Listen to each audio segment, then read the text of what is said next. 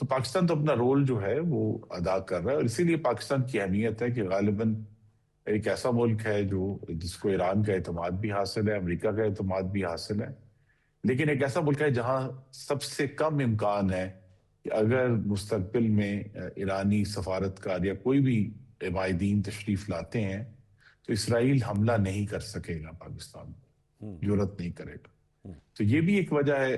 دوسرا اب یہ ہے کہ یہ ایک ہر جنگ کی طرح ایک پیچیدہ معاملہ ہے جس میں جو اسرائیل اور امریکہ کے مفادات جس طرح وہ دیکھتے ہیں، ایران کے اوپر جو انہوں نے حملہ ایک ان پرووکڈ کیا غیر قانونی طور پہ، ایران کا بہت نقصان ہوا ہے. ایران کے جو روحانی سربراہ تھے ان کو بھی جو ہے شہید کیا گیا، علی خامنائی کو.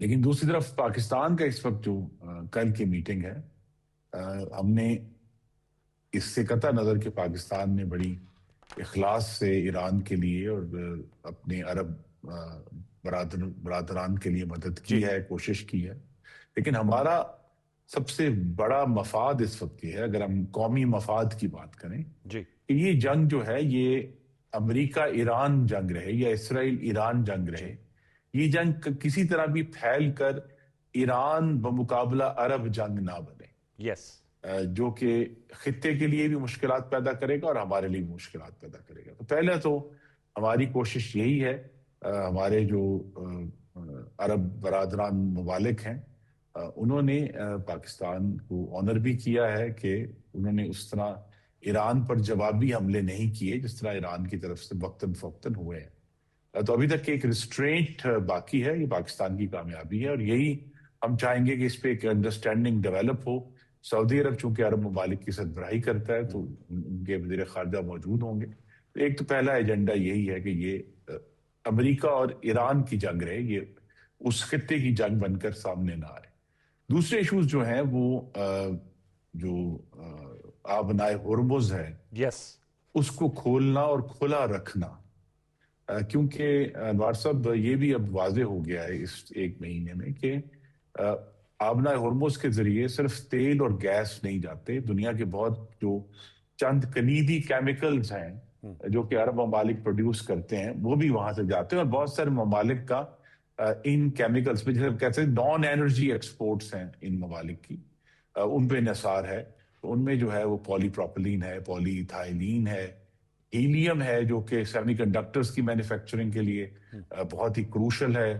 اسی طرح جو ہے وہ سلفر جو ہے، مثلا انڈونیشیا کی کیس سٹڈی ہے، انڈونیشیا کی جو نکل کی انڈسٹری ہے جو بہت بوم کی ہے پچھلے 10 سالوں میں، اس کا بہت بڑا دار و مدار جو ہے وہ سلفیورک ایسڈ پہ ہے، اس کے لیے سلفر بھی جو ہے یہاں عرب ممالک سے آتا ہے. اسی طرح امونیا ہے، اور یہ تو پاکستان بھی اس کا تجربہ کر چکا ہے کہ ہمیں وقتاً فوقتاً کھاد خریدنی پڑتی ہے اپنے عرب بھائیوں سے، وہ ہمیں آفر بھی کرتے ہیں. تو یہ اب ایک طرف انرجی ایکسپورٹس ہیں، دوسری طرف نان انرجی ایکسپورٹس ہیں، اور دونوں کا دنیا کی معیشت پر بہت اثر ہے. اب یہ ہے کہ چونکہ ایک جنگ ہوئی ہے اس کے نتیجے میں تناؤ بڑھ گیا ہے، تو ایک جو چیلنج ہے جس کا کل آغاز ہوگا گفتگو کا، پتہ نہیں حل کس طرح اور طویل گفتگو کے بعد نکلے گا، کہ ہم نے جو آبنائے ہرمز ہے اس کا ایک مستقل مینجمنٹ کا نظام کیا ہوگا تاکہ یہ جو ابھی ہم نے سچویشن دیکھی ہے یہ دوبارہ نہ ہو سکے.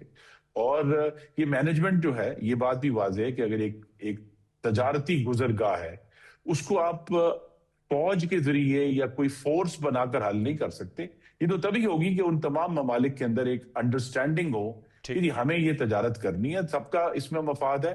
اس میں اچھی جو مثال ہے وہ یورپین یونین کی بھی جاتی ہے کہ جنہوں نے 2 عالمی جنگیں لڑنے کے بعد یہ فیصلہ کیا کہ ہم آپس میں جنگ نہیں لڑیں گے اور آپس میں تجارت کریں گے. تو کچھ اسی قسم کی انڈرسٹینڈنگ ڈیولپ کرنے کا آغاز ہونا چاہیے تاکہ اگر امریکہ ایز اے گارنٹر نہیں ہے آبنائے ہرمز کو کھلا رکھنے کے لیے جو کہ ایک زمانے میں ہوتا تھا، تو یہ بت بھی ٹوٹا ہے. اور پھر ظاہر ہے اب جب امریکہ نہیں ہے موجود تو پھر اس خطے کے ممالک کو آپس میں ان کی جو بھی رائیولریز ہوں یا تناؤ ہو ان کو مل کر یہ فیصلہ کرنا ہوگا. اس میں بلا شبہ ایران کے ساتھ جو ہے صرف یو اے ای نہیں ہے، عمان ہے، سعودی عرب ہے، کویت ہے، عراق بھی آپ کو معلوم ہے کہ اس پہ اینڈ پہ جا کے وہاں موجود ہے. تو ان سب ممالک کو ساتھ لینا بنتا ہے. تو پاکستان نے I think prime minister Shehbaz Sharif اور فیلڈ مارشل عاصم منیر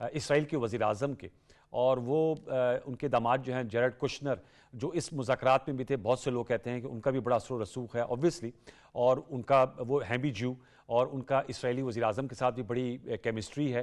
تو کس طرح دیکھ رہے ہیں امریکی جو کیبنٹ ہے اس میں ان کے سیکٹری ڈیفنس، ان کو وار سیکٹری کہتے ہیں، پیٹ ہیگسیت، وہ بھی بہت زیادہ اس کو مذہبی ٹچ دیتے ہیں، لیکن دوسری طرف مارکو روبیو سیکٹری خارجہ اور جو ان کے نائب صدر ہیں وہ ان کے بارے میں آتا ہے. بلکہ رائٹرز کی خبر ہے کہ ان کا جو مکالمہ ہوا ہے اسرائیل کے وزیر اعظم کے ساتھ امریکی نائب صدر کا، وہ کوئی اتنا اچھا نہیں رہا، اور غالباً یہی بات سامنے آئی ہے.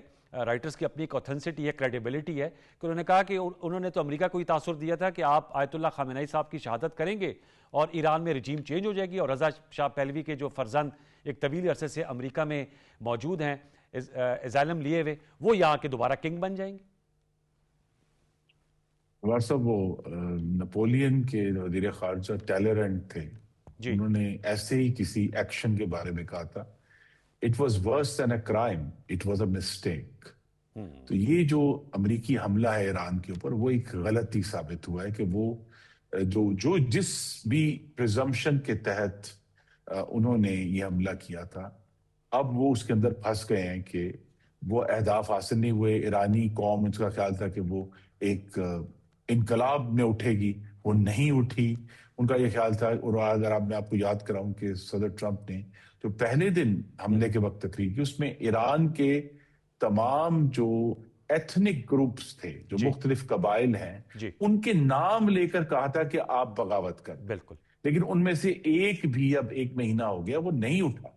اس کا مطلب یہ کہ وہ ان کی جو پورا یہ جو انہوں نے ایکشن کیا تھا، وہ ان کے اب ناکامی کا سامنا ہے. اور اس ناکامی کا جو رزلٹ ہے وہ یہ 2 رزلٹ اس کے نکل رہے ہیں. ایک تو امریکہ کے جو ایلائز ہیں مغرب میں بھی اور مشرق میں بھی، جاپان ہے، آسٹریلیا ہے، ادھر سے یورپ میں ہیں، وہ سب پریشان ہیں کہ ایک تو ان کی جو گیس کی اور تیل کی انرجی سیکیورٹی، دوسرا جن کیمیکلز کا میں نے ذکر کیا وہ پوری دنیا میں اب جاتے ہیں. تو لہذا وہاں پھر ایک بڑا بحران ہے کہ بھئی کیا امریکہ جو ہے وہ اگر کیا ایک مزید جو شہر کی بمباری سے امریکہ اپنے مقصد حاصل کر لے گا؟ نہیں حاصل کرے گا. تو لہذا وہاں پھر اب اور دوسرا صدر ٹرمپ کو امریکہ کے اندر بھی چونکہ اس نومبر میں مڈ ٹرمز کا سامنا ہے، کانگریس جو ہے ان کا جو ایوان زیریں ہے وہ ہر 2 سال بعد مکمل طور پہ الیکٹ ہوتا ہے دوبارہ نیا. تو لہذا ان کو وہاں بھی اس کا سامنا ہے کہ یہ امریکہ میں جس طرح تیل کی قیمتیں بڑھی ہیں، اور سب سے بڑی انوار صاحب بات یہ ہے کہ ایک ایسا ایکشن جس میں ایران کی طرف سے کوئی حملہ نہیں کیا جا رہا تھا، صدر ٹرمپ نے پوری دنیا کو ایک بہت گہری بے یقینی میں ڈال دیا ہے. اور یہ جو انسرٹنٹی ہے، انپریڈکٹیبلٹی ہے، جس کا ہم نتیجہ مختلف کموڈٹیز کی صورت میں دیکھتے ہیں. تیل کی قیمت بڑھ گئی، گیس کی قیمت بڑھ گئی، باقی کموڈٹیز انسرٹن ہو گئی. یہ نہ امریکہ کے لیے اچھا ہے، نہ ہی یہ دنیا کی اکانومی کے لیے اچھا ہے. اور امریکہ کے جو اسٹریٹجک اہداف تھے وہ انہوں نے اس حد تک تو حاصل کر لیے کہ انہوں نے ایران کی جو عسکری صلاحیت تھی اس کو بہت نقصان پہنچایا، اور ایران کا بہت نقصان ہوا ہے. لیکن یہ بات کہ جی ایران جو ہے وہ کسی بمباری کے وجہ سے جو ہے وہ بالکل ہتھیار ڈال دیں گے، چونکہ وہ نہیں ہوا، تو لہذا یہ اب ایشو ہے کہ اسرائیل تو چاہے گا کہ یہ جنگ چلتی رہے، بمباری جاری رہے، جو اس کا مقصد حل ہو رہا ہے، لیکن امریکہ کے مقاصد حل نہیں ہو رہے. اور میرے قیاس رائے میں بہت جلد یہ بات صدر ٹرمپ کے ذہن میں آ بھی گئی ہوگی 4 ہفتے کے بعد کہ اس جنگ کو جتنی جلدی ختم کر کے آگے بڑھیں. تبھی تو آپ دیکھیے نا کہ انہوں نے وقت سے پہلے کہنا شروع کر دیا کہ دیکھیں مذاکرات شروع ہو گئے ہیں، مجھے انہوں نے تحفہ دیا 10 ٹینکرز کا، کیونکہ اب ان کی جو گفتگو ہے اس سے یہ ظاہر ہو رہا ہے کہ وہ ذہنی طور پہ اس تنازع کو ختم کرنا چاہتے ہیں. Very important. بہت شکریہ، thank you so very much Khurram Dastgir Khan sahab, آپ نے ہم سے گفتگو کی. اور اب ہم ذرا دفاعی اس کی جو نوعیت بھی جانیں گے کہ ٹیکٹیکلی امریکہ جو ہے اب اس کے پاس کیا آپشنز ہیں. ایران کی جانب جیسے میں نے آپ سے کہا کہ انہوں نے جو ہارزنٹل ایسکیلیشن کی ہے تو اس سے ان کو پرائس ٹیگ جو لگایا ہے اس سے جنگ کو طوالت دینے میں اور امریکہ اور اسرائیل کو ایگزاسٹ کرنے میں کتنی مدد مل رہی ہے، اس پہ گفتگو کرنے کے لیے ہمیں جوائن کر لیا ہے ایئر مارشل ریٹائرڈ شاہد اختر علوی صاحب نے. آپ کا بہت شکریہ علوی صاحب کہ آپ نے ہمارے ساتھ نشست کر رہے ہیں. اور فیض رحمان صاحب ہمارے ساتھ اگر ابھی تک نہیں جڑے، جو امریکہ سے جنہوں نے ہمیں جوائن کرنا ہے، فیض رحمان صاحب نے ہمیں جوائن کر لیا ہے. فیض رحمان صاحب بہت شکریہ، آپ نے ہمیں جوائن کیا، thank you so very much. Air marshal صاحب، سر آپ سے میں گفتگو کا آغاز کرنا چاہوں گا. سر بتائیے گا، اب خرم دستگیر صاحب سے ہم ذرا سفارتکاری کے حوالے سے بھی بات کر رہے تھے. آپ بھی ویسے پاکستان کے سیریا میں سفیر رہ چکے ہیں، so you know the region as well. آپ کا بھی بڑا اس پہ ہینڈز آن ایکسپیرینس ہے. کل ایک عام بیٹھک بھی ہونے جا رہی ہے اسلام آباد میں انشاءاللہ، اور سعودی عرب، مصر، ترکی کے وزراء خارجہ آ رہے ہیں. ہمارے وزیر خارجہ ڈپٹی وزیر اعظم ان کو ہوسٹ کریں گے. کتنی اہمیت کی حامل ہے. اور یہ جو اب جنگ جس طرح اب اس وقت پھیلی ہوئی ہے، آپ ڈی ایسکلیشن دیکھ رہے ہیں یا خدا نخواستہ آپ سمجھتے ہیں کہ اس میں ایسکلیشن آئی؟ اور یہ جو ایران کی اسٹریٹجی ہے، کیونکہ ابھی تک تو اسٹریٹجک ریسٹرینٹ کا مظاہرہ کیا ہے گلف کنٹریز نے، یہ اسی طرح جو ہے وہ کریں گے؟ اور یہ ایران اسرائیل امریکہ وار خدا نخواستہ کہیں ایران عرب وار میں تو نہیں تبدیل ہو جائے گی؟ یہ آپ نے 2-3 کوئسچن پوچھے، میں ان کو ریپ اپ کرنے کی کوشش کرتا ہوں. سب سے پہلے تو آپ نے کہا کہ یہ وار عرب و عجم کی وار نہ بن جائے. میرے خیال میں اس میں پاکستان کو کریڈٹ دینا بڑا ضروری ہے، اور ساتھ ترکی کو بھی، کیونکہ حالات یہ بتا رہے ہیں کہ انہوں نے دونوں پارٹیز کو کنونس کیا اور بتایا انفیکٹ عرب اور گلف کو کہ کچھ اٹیکس جو تھے، اسپیشلی جو سعودی عرب میں ہوا تھا، وہ موساد کی طرف سے ہوا تھا، مطلب ایران کی طرف سے نہیں تھا. جیسے سائپرس میں انگلینڈ والوں نے کہا کہ یہ ڈرونز ایران کی طرف سے نہیں آیا تھا. جی بالکل. سو اس کانفلکٹ کو انہوں نے کوشش کی تھی کہ وائڈر کریں. پاکستان کی ایفرٹ سے یہ ایک مس انڈرسٹینڈنگ دور ہوئی. A big credit. Now coming back to کہ کیا یہ وار الٹیمیٹلی اس میں کنورٹ ہو جائے گی. دیکھیں میرے خیال میں آج گلف کو اس چیز کا اندازہ ہو رہا ہوگا کہ ایک سٹیبل ایران کتنا ضروری تھا اس خطے کے لیے، کیونکہ سٹیبل ایران کے ہوتے ہوئے انہوں نے اتنی پروگریس کی اور یہ ساری انویسٹمنٹ آئی. تو اگر خدا نخواستہ ایران فریگمنٹ ہو جائے گا تو سب سے پہلے تو گلف ہی کو نقصان پہنچے گا.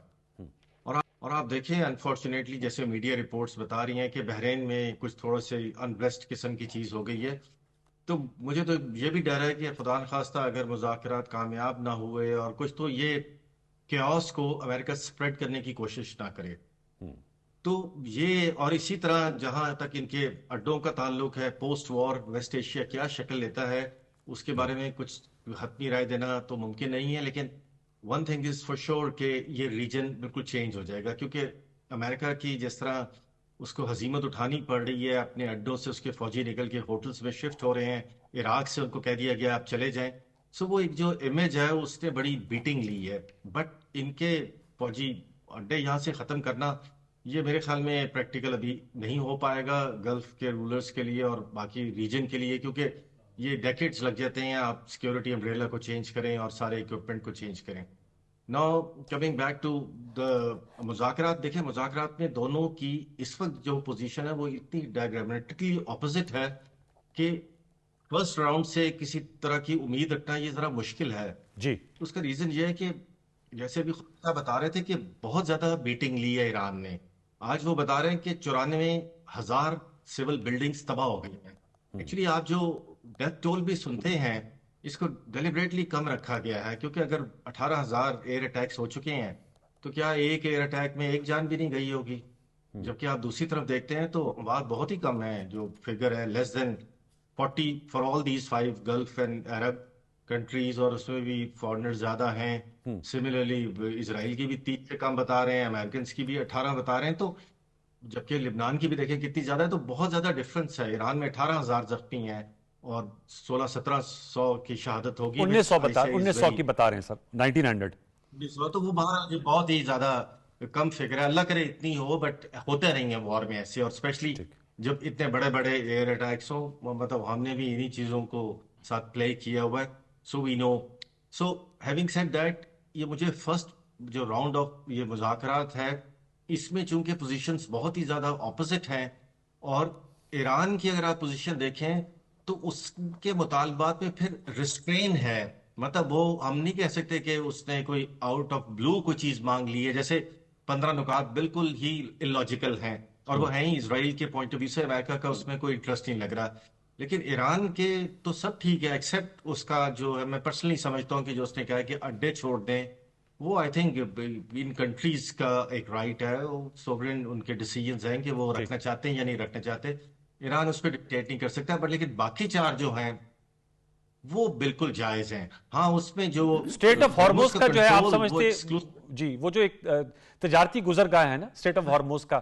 میں ایئر مارشل صاحب میں چاہتا ہوں ذرا فیض رحمان صاحب بھی واشنگٹن ڈی سی سے ہمارے ساتھ جڑے ہیں ان کو بھی شامل کرتے پھر بریک پہ جانے کے بعد آپ سے تفصیل بات ہوگی. فیض رحمان صاحب ذرا بتائیے گا واشنگٹن میں کس طرح اس وار کو دیکھا جا رہا ہے؟ آج ایک ماہ ہو گئے ہیں.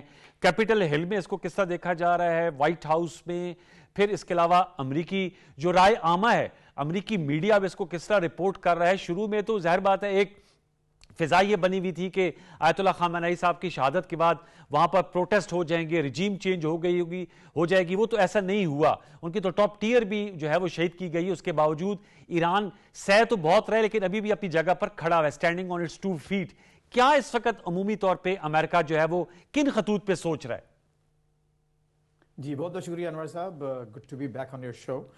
تو دیکھیے اس میں اصل بات تو یہ ہے کہ اس وقت امریکہ کی جو تکلیف اٹھانے کی صلاحیت, جو کیپیسٹی ہے, وہ اب بالکل ظاہر ہے کہ وہ بہت کم ہے. ان کی جو تھریش ہولڈ ہے بہت لو ہے. اچھا. اور 1 مہینہ ہو چکا ہے لیکن اس سے پہلے آپ نے دیکھا کہ جو کل جو مارکیٹس یہاں کلوز ہوئی ہیں, تو جب سے ایران یہ اسرائیل جنگ شروع ہوئی ہے امریکہ کے ساتھ ان تینوں کی, تو اس میں تقریباً 10,000 پوائنٹس یہاں کی اسٹاک مارکیٹ جو new York stock exchange 10,000 points گرا ہے. میسو بلڈ بیتھ تھا کل. ٹریلینز آف ڈالرز جو ہیں وائپ آؤٹ ہوئے ہیں لوگوں کی سیونگز کے, جس میں اسمال انویسٹرز بھی شامل ہیں. گیس پرائسز جو میرے اپنے گھر کے قریب جو گیس اسٹیشنز ہیں, پیٹرول پمپس ہیں, اگر وہاں دیکھیں آپ تو تقریباً 480 آلموسٹ $5 اے گیلن, جبکہ جنگ شروع ہونے سے پہلے وہ تقریباً $2.80 تقریباً $3 کے قریب ہوا کرتی تھی. اس کے علاوہ دیکھیے یہاں پر جو ظاہر ڈیموکریٹک پارٹی تو یونیفائڈ ہے پوری اس اپوزیشن مخالفت میں اس وار کی, لیکن خود اپنی ریپبلکن پارٹی کے اندر اور ان کی اپنی جو ماگا موومنٹ ہمارے ٹرمپ صاحب کی, اس کے اندر بھی آپ کو بہت واضح شگاف نظر آ رہے ہیں. کیونکہ ہر ایک کے ذہن میں یہ ہے کہ آخر ہم یہ کر کیوں رہے ہیں. کسی کے اب تک صدر ٹرمپ نے, ان کی جو سب سے بڑی ناکامی ہے اس وقت ان کی اور ان کی ٹیم کی, نہ وہ اپنے اہداف اپنی پبلک کو سمجھا پائے ہیں اور نہ ہی ان اہداف کی وضاحت کر پائے ہیں کہ وہ ہیں کیا اہداف. تو ان کو سمجھانا تو درکنار. تو یہ جو ایک بہت بڑی جو ڈاؤن سائڈ ہے اس وقت امریکن اسٹریٹجی کی, تو لگتا یہی ہے کہ ان کو اب جو ابھی کچھ دیر پہلے ہمارے وائس پریزیڈنٹ صاحب کا جو بیان آیا ہے ایک انٹرویو کے ذریعے, انہوں نے کہا کہ ہم وہاں بہت زیادہ دیر نہیں رہیں گے اور بہت جلد گیس پرائسز جو ہیں کم ہو جائیں گی. تو ہر کوئی یہ چاہ رہا ہے کہ یہاں کی جو اکانومی ہے, یہاں کے جو بزنس ہیں, ان کو تھوڑا سا کام ڈاؤن کیا جائے, ان کو تھوڑا سمجھایا جائے کہ نہیں ہم وہاں زیادہ دیر بیٹھے نہیں رہیں گے. لیکن لگتا ایسا نہیں ہے. ابھی آپ نے ہمارے ایئر مارشل صاحب سے جو سوال کیا تھا کہ ایسکیلیشن کا, سر میں ایک چھوٹا سا وقفہ لوں گا آپ کی اجازت سے. ایک چھوٹا سا بریک ہے, میں دوبارہ فیض رحمان صاحب اور ایئر مارشل شاہد صاحب آپ کا دوبارہ لوٹ کے تھے. ویورز ایک چھوٹا سا وقفہ شامل کرتے, دوبارہ لوٹ کے آتے ہیں, ہمارے ساتھ رہیے.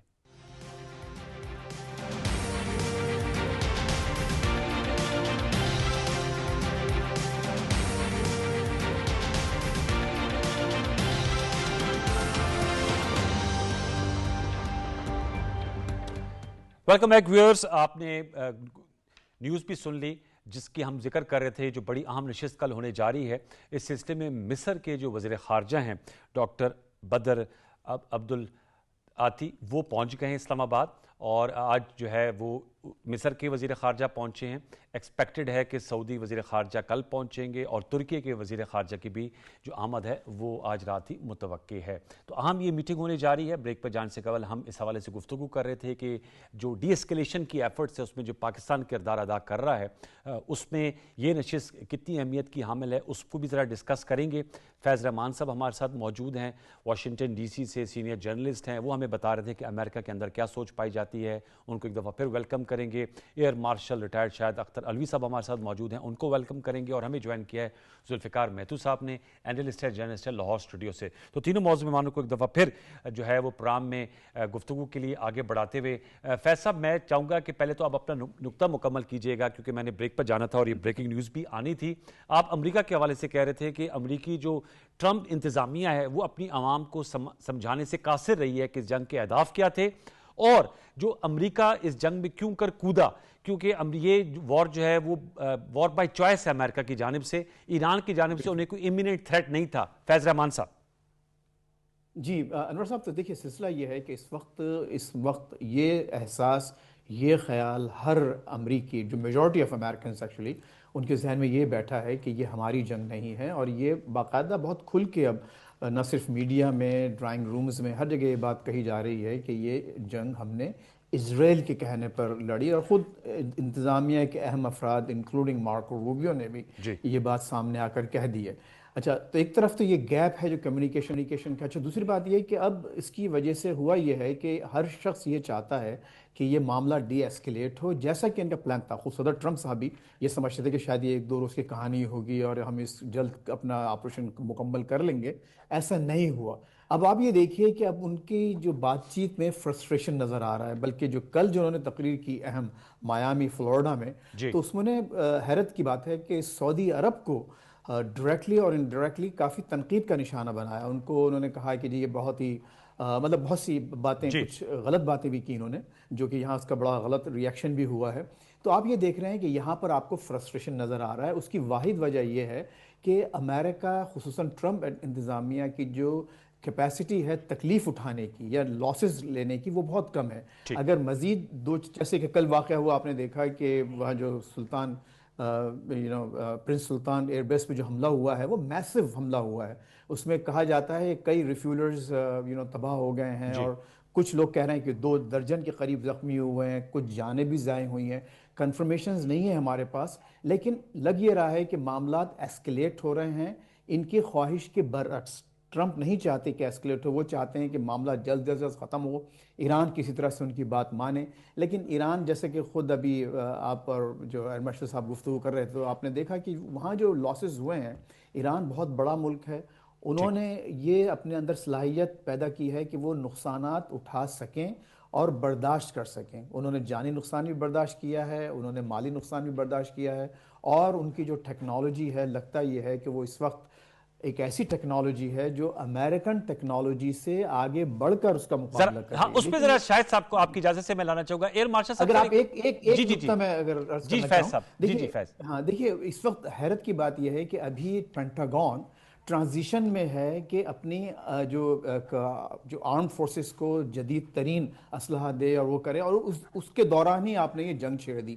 تو ابھی آپ کا جو پرانا جو سٹوریج ہے، ریزروائر ہے، ذخیرہ ہے، ٹھیک وہ تو آلموسٹ آؤٹ آف ڈیٹ ہو چکا ہے، اور نئے ابھی ہتھیار پہنچے نہیں ہیں۔ تو یہ ان کے لیے ٹائمنگ بہت غلط تھی، اور اسی وجہ سے آپ نے دیکھا کہ بہت زبردست یہ بیٹنگ لے رہے ہیں وہاں ایکچوئل میدان جنگ میں۔ ٹھیک، ویری امپورٹنٹ، آپ نے بڑے اہم نکات اٹھائے ہیں۔ میتھو صاحب نے ہمیں جوائن کر لیا، ان کو فارمل ویلکم کرتے ہیں۔ میتھو صاحب میں آپ کے پاس آتا ہوں۔ ایئر مارشل صاحب سر، یہ جو مصر کے وزیر خارجہ آئے ہیں، چونکہ میں آپ سے یہ بھی جاننا چاہوں گا، آپ نے سیریا میں پاکستان کی ایز این ایمبیسڈر سرو بھی کیا ہوا ہے، اور سعودی وزیر خارجہ کی آمد متوقع ہے، ترکیہ کے وزیر خارجہ کی آمد متوقع ہے۔ یہ کتنی سر بیٹھک جو ہے وہ اہمیت کی حامل ہے اس پرسپیکٹو میں جو ہم ڈسکس کر رہے ہیں مشرق وسطیٰ میں جنگ کے حوالے سے؟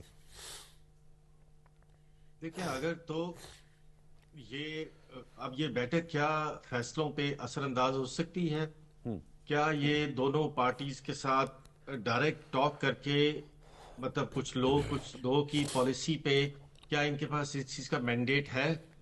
اور اب میرے خیال میں اس مذاکرات میں جو اب ہو رہے ہیں، انیشلی کچھ لائنز ڈرا کی جائیں گی۔ اس لیول پہ یہ دیکھا جائے گا، دونوں کی جو صورتحال ہے اس کو ایویلویٹ کیا جائے گا، جو کنڈیشنز ہیں، جی اور اس کے بعد ایک مڈ وے بنانے کی کوشش کریں گے جو دونوں کو کنوے ہوگا۔ اور یہی ایک راستہ ہے اس پہ چلنے کا، بیکاز اس وقت اگر مذاکرات کامیاب نہ ہوئے تو آگے کی جو فیوچر ہے وہ بڑا مجھے ڈیڈلی نظر آ رہا ہے، بیکاز یہ ایک ایسی اب ہم جنگ میں گھس گئے ہیں جو مطلب ایک نظام کا حصہ بنتی جا رہی ہے، اور وہ نظام جو ہے وہ وہی ہے جس نے اس جنگ کو ڈیزائن کیا ہے۔ تو اگر تو ہم جس نے ڈیزائن کیا ہے اس کے ڈیزائن کے حساب سے چلتے رہے تو پھر تو ایک بڑی تباہی آ جائے گی۔ اگر اس سٹیج پہ ہم نے یہ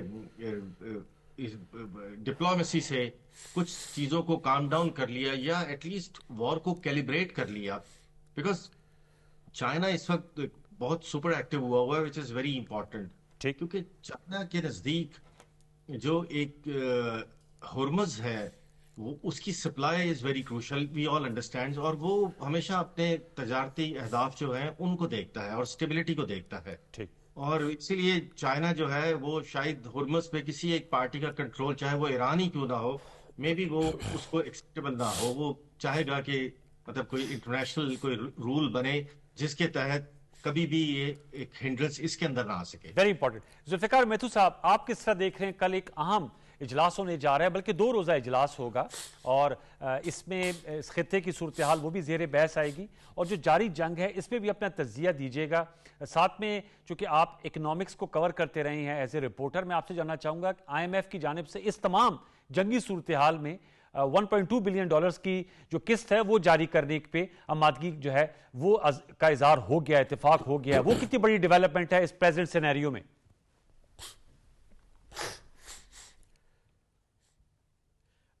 انوار صاحب، پہلی بات تو یہ ہے کہ کل جو وزراء خارجہ کا اجلاس ہونے جا رہا ہے یہ بہت ہی امپورٹنٹ ہے، وہ اس حوالے سے کہ اب تک سعودی عربیہ نے اور دیگر خطے کے ممالک نے بہت ہی صبر کا مظاہرہ کیا ہے، اور اب وہ اس بات پہ جو ہے سوچنا شروع ہو گئے کہ کس طرح سے ہم ایران کو اس بات پہ راضی کر سکیں کہ وہ سیز فائر کی طرف جائے. جہاں تک تعلق ہے امریکہ کا، تو امریکہ تو بالکل یہ چاہتا ہے. اب سے کچھ دیر پہلے مارکو روبیو نے گفتگو کی ہے، تو انہوں نے کہا ہم انتظار کر رہے ہیں کہ ایران کی طرف سے کون بات کرے گا اور کب بات کرے گا. اور آج واشنگٹن ڈی سی میں اب سے تھوڑی دیر پہلے بہت بڑا مظاہرہ ہوا ہے، ہزاروں لوگ شریک ہوئے ہیں جو جنگ کے خلاف ہیں اور وہ روکنا چاہتے ہیں. اور تیسرا جو ایک امپورٹنٹ ایونٹ آج ہوا ہے وہ ہے کہ حوثی جو ہے وہ دوبارہ جنگ میں داخل ہو گئے، باقاعدہ اعلان کر دیا گیا ان کی طرف سے، اور پہلا حملہ جو ہوا ہے اسرائیل کے اندر 19 ان کی ہلاکتیں ہوئی ہیں. یہ پہلی بڑی جو ہے وہ ایک ڈیمیج ہے اسرائیل کے اندر جو آ رہی ہے سامنے. تو میں سمجھتا ہوں، اور ساتھ انہوں نے دھمکی دی ہے کہ وہ ہرموز کے ساتھ اب باب المندوب بھی بند کر دیں گے. تو اس کا مطلب یہ ہوا کہ جو پہلے ہی تیل کا ایک کرائسس دنیا بھر میں اکنامکس کو پوری کو اپنی لپیٹ میں لے رہا ہے، اور مزید جو اس طرف سے تھوڑا بہت راستہ افریقہ کی طرف سے کھلا تھا وہ بھی بند ہو جائے گا، تو یہ تو بالکل ہی چوک ہو جائے گی دنیا بھر کی اکانومی. تو میں سمجھتا ہوں امریکہ کے لیے بھی یہ جو ہے وہ ایک بڑا ایک یہ مشکل حالات ہیں اس وقت. وہاں پہ 30-35% تیل کی قیمتیں بڑھ گئی ہیں. تو چائنا کے لیے بھی جس طرح سے آپ کہہ رہے ہیں، نمبر 1. نمبر 2 بات یہ ہے کہ جنگ کو میں اوورال اس سینیریو میں دیکھ رہا ہوں کہ اس نے آخر ختم ہونا ہے نا، یعنی یہ آخری حال تو اس کا مذاکرات ہی ہیں. اور ایران کی جو 3 شرطیں ہیں وہ میں سمجھتا ہوں بہت ہی قابل توجہ ہیں. پہلی بات تو وہ یہ کہتے ہیں کہ جی اچھا امریکی اڈوں والی بات آپ پہلے کر رہے تھے پہلے بریک سے پہلے، تو وہ اس میں ایسی بات نہیں ہے امریکی اڈے بند نہیں ہوں گے، کیونکہ پریزیڈنٹ ٹرمپ یہ کہہ چکے ہیں کہ جو ہم یوکرین کو $350 ارب دیا ہے اب شفٹ کر رہے ہیں مڈل ایسٹ کے اندر، تو وہ تو بند ہونے کا چانس کوئی نہیں ہے. لیکن ایران کا یہ بڑا اچھا مطالبہ ہے کہ آپ ہمیں اس بات کی گارنٹی کریں کہ لانگ ٹرم میں جنگ کیسے بند ہوگی. اس کا دوسرا مطلب یہ ہے کہ ان کے اوپر جو پابندیاں ہیں وہ ختم کی جائے، کیونکہ اگر یہ سیز فائر ہو بھی جاتا ہے تو کسی نہ کسی شکل میں پابندیوں کی شکل میں دوسری طرح سے یہ جنگ جاری رہنی ہے، اور ایران نے اس کے بیچ میں پھنسے رہنا. تو ایران چاہتا ہے کہ اس سے مکمل بیل آؤٹ ہو. اور دوسری بات وہ کہتا ہے کہ اسٹریٹ آف ہرموز پہ اس کا ہولی سولی جو کنٹرول ہے وہ دیا جائے. یہ انٹرنیشنل لا جو ہے نا 1982 کا جو یونائٹڈ نیشن کا کنونشن ہے اس کے تحت یہ نہیں ہو سکتا. یہ جوائنٹ کنٹرول ہوگا کہ اب جو ایران ہے وہ اقوام متحدہ کی کسی کمیٹی کے تحت اس کو جوائنٹ کنٹرول میں آ جائے، امریکہ نہیں آئے گا. اور تیسرا جو مطالبہ ہے کہ معاوضہ ادا کیا جائے، تو وہ بالکل حق بجانب ہے. ان پہ حملہ ہوا ہے، ایسے حالات میں حملہ ہوا ہے کہ نہ تو آرٹیکل 51 یونائٹڈ نیشن کے کنونشن کا، نہ 24 اور نہ امریکی کانگریس کی اجازت، یعنی کسی طرح سے بھی نہ سیکورٹی کونسل کی اجازت. یہ ایک ایسے وقت میں حملہ جب وہ آپ کو پتہ ہے کہ جنیوا میں مذاکرات کر رہے تھے. تو ایران بالکل حق بجانب ہے کہ وہ یہ مطالبہ کرے کہ اس کو ڈیمیجز جو اس کو معاوضے دیے جائیں اور اس کا نقصان پورا کیا جائے. تو تینوں شرائطیں ہیں. لیکن امریکہ جو کہتا ہے نا کہ بیلسٹک میزائل کا، اور دیکھیے ایک بات اور بڑی امپورٹنٹ ہے، جو ابھی انٹیلیجنس کمیونٹی کی رپورٹ آئی انوار صاحب، اس کے اندر لکھا ہوا ہے جو کہتے ہیں نا کہ امییننٹ تھریٹ تھا، تو وہ رپورٹ خود بول رہی ہے کہ امییننٹ تھریٹ تو نہیں تھا. یعنی ان کا ICBM جو ہے جو انٹر کانٹیننٹل بیلسٹک میزائلز کا پروگرام ہے، وہ رپورٹ کہتی ہے کہ 2035 میں کہیں جا کے ہونا تھا. تو جب 2035 میں بیلسٹک میزائل نے بننا تھا جو امریکہ پہنچتا، تو پھر حملے کا کیا تک ہے؟ تو یہ بات بالکل ٹھیک. اصل میں اسرائیل نیتن کا یہ ساری کارستانی ہے، اس نے پوری دنیا کو پھنسا دیا ہے. اور میرے خیال میں مذاکرات ہی حل ہے، اور کل جو وزراء خارجہ کی کانفرنس ہوگی وہ اس میں جائے گی. اور آخری سوال جو آپ نے IMF کا کیا ہے، میں سمجھتا ہوں کہ یہ بہت بڑی ایک ڈیولپمنٹ ہے جنگی حالات میں. انفلیشن پاکستان کے اوپر پریشر ہے، بیلنس آف پیمنٹ کا پریشر ہے. پاکستان کی گورنمنٹ بڑی سمجھداری کے ساتھ اس کو کیٹر کر رہی ہے. پوری دنیا میں آپ دیکھیں فلپین سے لے کے برازیل تک دیکھیں تو $2 پر لیٹر کا پٹرول ہو گیا ہے.